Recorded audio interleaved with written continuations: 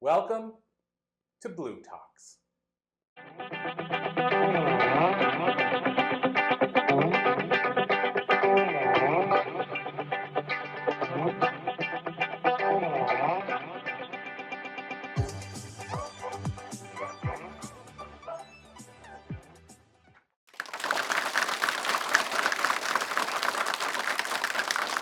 As we gather here today in this historic institution of Oxford, just an hour away from Bletchley Park, where the first seeds of artificial intelligence were first sown back in 1944. I mean, it's hard not to marvel at how far we've come.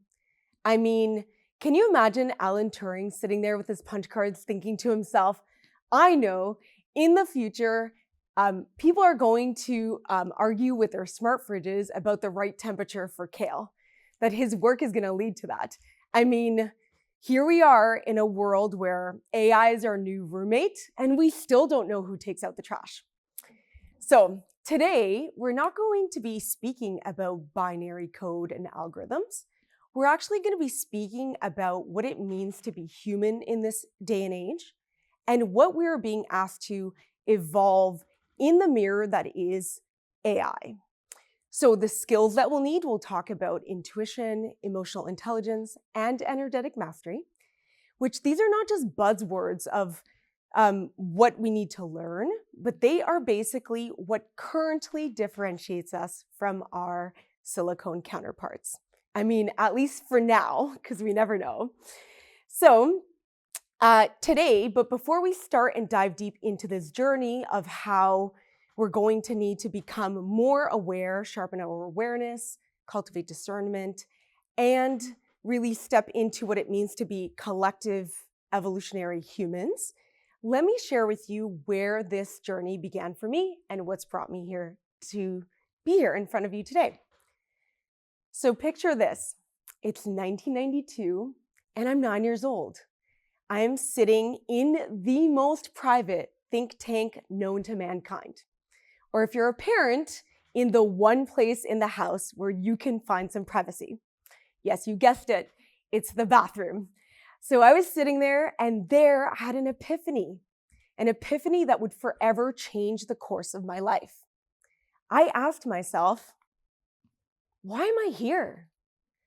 I pondered and I wondered. And to my complete, utter shock and terror, actually, there appeared two extremely tall beings with their bodies full of shimmering blue starlight that showed up and they leaned in and they dropped a bombshell. This is all an illusion. You can imagine, as a 9-year-old hearing that, I was both terrified and also fascinated. I was curious, but I mean, what are you supposed to do when cosmic beings arrive through a portal and tell you your life is like a video game? I just didn't know what to do at that point. I wasn't ready to level up. But this took me on a lifelong quest to discover the truth of our existence, a quest that I'm currently still on. And this brought me to a curiosity of exploring genomics, whether nature or nurture plays a larger part in what makes us human, and then led me to then explore and pursue a degree in biological engineering. Now, while I was studying the ins and outs of physical and engineering sciences, I realized that even the most trusted scientists, physicists, and engineers don't have all the answers. So what was I to do at this point? I basically dove in deeper into quantum physics, philosophy, psychology, and spirituality. And there, as I continued to explore, I began developing my intuition. And then I even went on to pursue shamanic energy work and training in healing people from conditioning, and just kind of follow this journey of purpose guiding and just discovering why we're here, what motivates us, trying to find answers to this question. I always had the same questions. Why are we here? What makes us human? What makes us evolve? And what is real, actually? What is the truth of our existence, of being here? And so as I explored everything from genomics to spirituality, it led me then to begin leading people in discovering and living their own purpose. So I did that in one-on-one sessions for about 9.5 years. And then now it's led me to found the Soul Guiding Institute, where basically we are here to an institute that allows us to learn the skills that are needed for the future. So as I explored that further, so as I learned everything, like I said, from genomics to spirituality, one thing I began to realize is that the very essence of being human is something that currently lies beyond what is quantifiable. And so what it led me to is realizing, okay, we're going to, look into these areas today. We're going to look into some of what we know makes us human. So I want you to buckle up as you go on this journey with me here today, where we're going to explore really what it means to be human in the age of technology, but also how this technological mirror can actually create an opportunity for our own evolutionary growth. So whether you're here to just find some answers, or you're here to laugh at my childhood bathroom revelations, or just contemplate the universe, I invite you to dive in with me. And so, first of all, because AI is moving so quickly, I'd like for us to just get a base understanding of where we are with AI and how it impacts our lives, so that we can see how AI acts as a mirror to us. So, currently, there are 3 types of AI. There's narrow AI. Narrow AI is focused on a specific task. It's like ChatGPT. We basically have a conversation with it, we prompt it, we ask one question, it does the task, it answers the question, and the task is complete. General AI has a broader understanding, has the ability to understand, learn, and apply intelligence across a complex group of areas or tasks. So here, it can bring in different pieces of information and bring those aspects together. So this is much like a human, okay? So not a human, but like a human. And then there is super AI, which is theoretical, and it is thought to surpass all of human intelligence and capabilities, which means that it's thought that it'll be able to be creative, have emotional understanding, and be able to self-improve, which requires internal self-reflection and then making conscious new choices. So this you want to think of, HAL 9000 from 2001 Space Odyssey, okay? So that kind of gives you an idea, and this is where we start thinking about a lot of the concerns about AI, a lot of the ethics, the worry for humanity, and that's something we'll talk a little bit about later too. And most recently, OpenAI revealed a 5-tier classification system for AI and their pathway for advanced AI systems. So basically what they've done is they've taken level 1, which is assistants like Siri or Alexa, where they interact with us conversationally, all the way up to level 5, which is theoretical at this point, but is thought to be able to run entire organizations autonomously. So currently, we've already done level 1. We know what that is, Siri, Alexa, ChatGPT. We are approaching level 2 at this moment, which is called the reasoners. They exhibit reasoning skills and are beginning to perform more complex tasks. So we're going to see ourselves move through these levels as technology continues to advance. So we have to put a lot of things in place, but we also have to think about what our journey is as humans alongside AI. So currently, AI is really great at crunching numbers and automating tasks, and we're grateful for that because then we don't have to do it. But an area that it's really not great at is intuition. So let's talk about some of the skills that humans are to develop and cultivate. So this is my personal perspective on where human evolution is going. And so I think we are to evolve in our intuition, developing our intuition, a deep sense of knowing, emotional intelligence, as I said, and energetic mastery, which we're going to talk about how to manage energy, and what that actually means and why it's important as well. We're going to go through each one. So, like I said, the first one that AI isn't great at is intuition. So currently, according to Merriam-Webster's dictionary, intuition is defined as the ability to know something without needing to think about it or use reason to discover it. And so, in essence, the way intuition is currently defined is that it doesn't need to use any reasoning or any of our mind to know the insight. Now, we understand emotion as gut feeling. We kind of understand it as a collective, as a main gut feeling that we either, yes, we should go there, or no, we should not.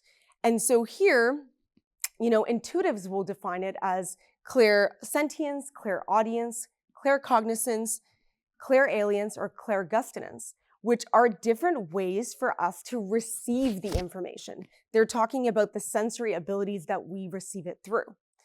Now, I want to evolve our understanding of intuition altogether. So I'm going to share with you a story about how powerful intuition can be. So back in March of 2020, I was supposed to teach a generational healing training and apprenticeship to my students. Generational healing is an energy technique to heal trauma that we inherit from our ancestors. And so while that was set, everything was planned, everything was set up, all my students had taken time work, they had rented their Airbnbs, everything was set to go. But every time that I connected with the ancestors, what I realized and what I felt was that something was really off. It was like it was completely ungrounded. And every time I kept connecting back in, checking in, I felt the same exact thing. And so in feeling that way, I thought to myself, well, I can't possibly lead my students. I don't feel good doing that. So against all rational thought and logic, I decided to call each of my students and cancel the training. I actually even refunded their entire payments for the training and offered to pay back their deposits or any payments that they had made to Airbnb because they had a late cancel. They were upset and they weren't happy about it, but lo and behold, 3 days later, the pandemic was declared. Now, I'm not saying that I predicted the pandemic, but what I am saying is that this journey of connecting to my ancestral intuition, to our ancestors, which is who leads this training with me, meeting ancestors that are not physically here, just want to make that clear, that lead it with me. And through sensory feeling, I was able to know this information in advance. And not only that, but I rescheduled the training for August while in a foreign country with borders completely closed. And I was still able to fly back in time to quarantine for 2 weeks and spend 3 days in Toronto, where then everything opened up 3 days before my training was supposed to begin. So there is no algorithm that would have possibly told me how to do that. And so for that reason, when we're able to hone our intuition, which I've spent years doing, we are able to feel and sense things before they come in. And so for this reason, I want to redefine intuition in my terms. So I want to call it deep knowing. Again, the ability to receive insight that is free of judgment, bias, or egoic reasoning through our senses, like the intuitives say, and from a direct source. So the biggest difference I want you to take away here is that our intuition can be honed, that we receive it through the senses, but that we also need to be initiated to the source which we receive it. A lot of people think of intuition as their higher knowing, and that's the only thing. That's connection to our higher selves. But we can also connect to elemental beings, water, air, fire, earth, and receive about the planet. We can connect to cosmic beings like the star people who visited me, or we can connect to many other aspects, to greater councils and to the ancestors, and I'm sure to many other beings I'm not aware of yet. So, how do we master our intuition?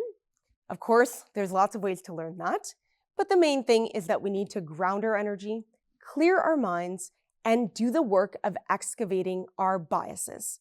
Because our biases, which is the inner work that's needed, is what can kind of make it hard to receive insight clearly. It can confuse us, and our perception can be confused when we don't know if it's a common question I get from students is this my intuition or is this like my mind? Or is it my intuition or is that what I'm hoping for? And so by doing the inner work, you're able to actually figure out and know internally that it's clear insight. So while AI focuses on deep learning, we are invited into deep knowing. I'm going to move on to the next one, which is emotional intelligence. Well, you've heard the saying, keep a cool head, don't let your emotions cloud your judgment. Well, what if I told you that emotions are actually the unsung heroes of decision making? And that's exactly what researchers like Antonio Damasio have figured out. Emotions are actually needed to make smart decisions. And not only are they needed, which is what his studies say, but what I'm sharing here today is that emotions also generate the energy that we need to move in the direction that our emotions are giving us insight to move into. So emotions play two dual roles in our lives, to give us insight and to allow us to have the energy needed to move in those directions. So think of it this way. You're needing to cross a busy street. You're looking both ways and you're analyzing the risks and the rewards of crossing the street. And you're doing that with your mind. But as you're doing that, you kind of get this feeling of apprehension within your being. And that apprehension is actually holding you back from moving forward. Now, that apprehension isn't a weird energy or emotion that's a distraction. It's actually an emotion that is warning you. It's processing a whole complex array of this situation. And what it's doing is it's actually not only giving you that sensation of maybe I shouldn't cross the street, but it's actually holding you back from doing it. And this is very valuable information. And why is this important in the age of AI? Well, AI is going to provide us a lot of data and a lot of direction of, hey, this is the best way to do it, or hey, this is the best way to do that. But we actually need to be able to leverage the wisdom of our emotions to be able to actually make decisions that are aligned for us. And what's aligned for us, AI might not even know what that is. So if we follow everything that AI says, we're never going to know what we actually need to do that's most aligned for our soul and for our purpose in being here on the planet. So emotions help you make wise decisions, and they give you the energy necessary to go through with that invitation. So in order to add to this, I'm adding to this emotional intelligence cake, I'm going to add a layer to it. I created a tool that's called the Wisdom of the Emotions. This tool is something that allows you to look at the emotion, discern what the energy is, the belief associated with the emotion, and the invitation that your being is inviting you into. So I'm going to take the example of anger. So anger is an emotion that it surges from the bottom up. You go, I'm so angry right now. And you kind of feel this energy building in your body that you want to push forward. That energy that's building in your body is actually the energy. The belief is, hey, this isn't okay with me. What you just did isn't okay. And the invitation is to discover what your unexpressed boundary is and to communicate that boundary instead of actually pushing someone. It's also going to tell us how emotions affect other people's decisions. And in this way, it allows us to make more aligned actions. This takes me to the conclusion here. While AI offers options and logic, we're invited to decide with energy and clarity of our emotions. You know the saying, where attention goes, energy flows. Well, have you ever tried to redirect your energy while scrolling through cat videos at 2 a.m.? I mean, it's pretty hard, and at this point, it's almost become an Olympic sport. In this day and age, our energy is completely and our attention is completely distracted. It's like confetti thrown at a parade. And so there's really this this concern about where our attention is going and where our energy is being directed. And in a world where AI is going to be bombarding us with more information, but also probably creating more illusions and more distractions, it's going to become even more important to be masters of our energy, which is why this is the biggest topic, but also the most important thing to master. So, what is energy? Energy, scientifically in physics, is defined as the capacity to do work. And work is defined as the transference of energy across a force along a displacement. So what that means is basically for us as humans, what that means is energy matters in terms of where we direct our energy. And this is what I'm mainly concerned about. So what is energetic mastery? It's becoming aware, at least foundationally, of where we direct our energy, of what we choose to spend our time creating. Because our energy comes from actually our sexual energy. It's our life force energy. It's our ability to create a human or create a business or create something else. But that energy, which is our life force energy, can be directed. And if we don't become masters of our energy, then others will manage our energy for us. And that is already happening, but it's going to happen even more strongly with AI. And so before you start thinking that I'm just thinking machines are going to take over the world and it's going to manage our energy, I would like to invite you into some ways that you can begin to master your energy today. Of course, this topic is very big.